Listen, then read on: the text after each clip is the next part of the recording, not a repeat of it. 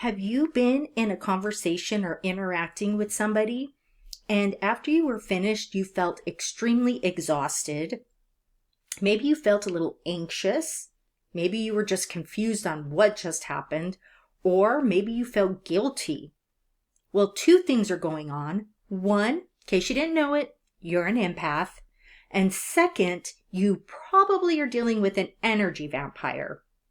And today in this video, I'm going to go over what an energy vampire is, and I'm also going to go over 4 powerful ways that you can deal with these energy vampires that you can put into practice today. So, if you don't know me, hi, my name is Misty and I'm a spiritual coach. And today in this video, like I said, we're going to go over what an energy vampire is. So what is an energy vampire? An energy vampire is someone who drains your emotional, your physical, mental, and yes, even your spiritual energy. And they do this for their own gain. However, I have found in my own experience that sometimes people don't even realize they're doing it. I don't know if it's because they've just gotten so good at it, or maybe this is just how they were raised and they thought that's how you treat people. But besides, so the ones who know what they're doing, they're often charming at first when you're dealing with them, but underneath there's that manipulation, there's drama, and there's a constant pull on your time and your emotional bandwidth. These individuals, they tend to target empaths. So like I said earlier, you're probably an empath if you are feeling these effects.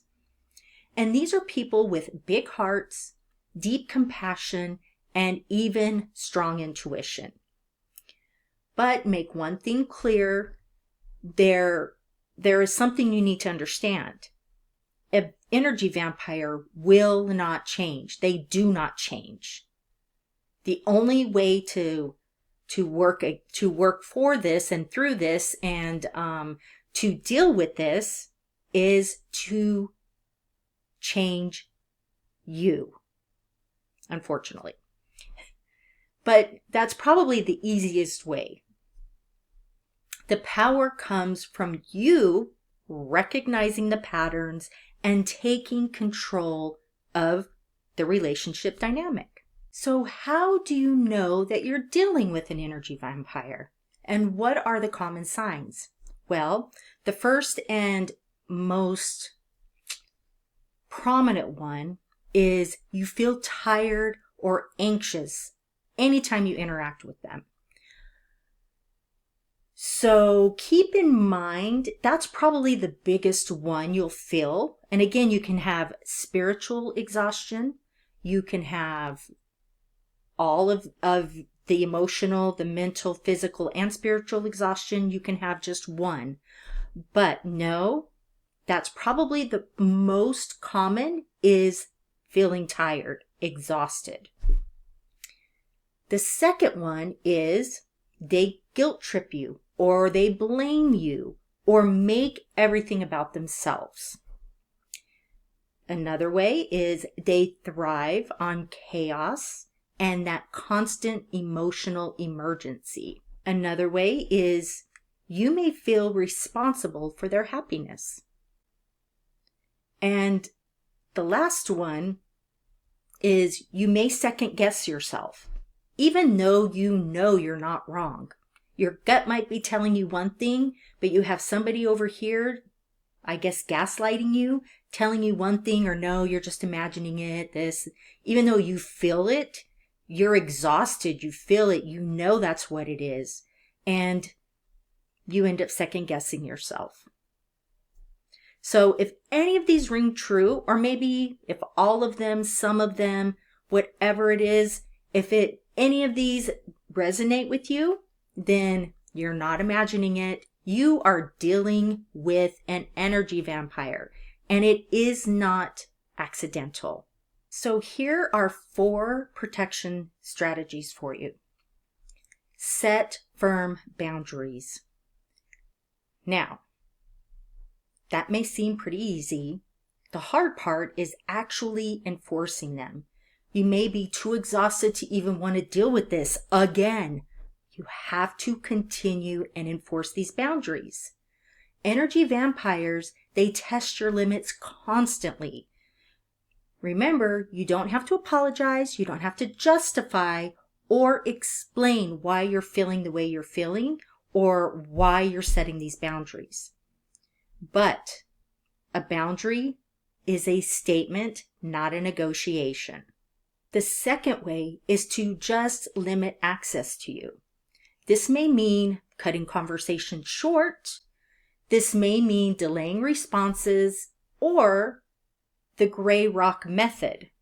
And this is just being unresponsive, like neutral, or even boring. These energy vampires will lose interest and they will move on. The third way is to strengthen your intuition and your self-worth. The stronger your sense of identity is, the less that their tactics will work. Start paying attention to your body, and when you begin to feel tension, heaviness, anxiety, pick up on those and learn that those are your warning signs. Fourth way is to create distance or just maybe walk away completely. Sometimes the most effective way of dealing with the situation is removing yourself from it. Not everyone gets full access to you.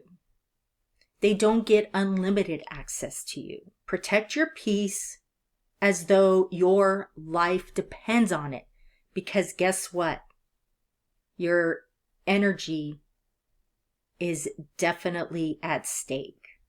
If this video has been helpful to you, please like it, subscribe to my channel if you want more content like this, and if this is something that maybe you think someone else can find useful, please share it with them. And I would love to know if you yourself have dealt with an energy vampire. Please put your experience down in the comments. I would love to know what your experiences are, because not only will it may help me, but it may help someone else who's watching the video. And don't forget to download your free worksheet below. The link is in the description. I have put together a worksheet that will help you identify energy vampires and some ways that you can work through the tips that I have shared with you in the video. I look forward to connecting with you next time. Have a good one.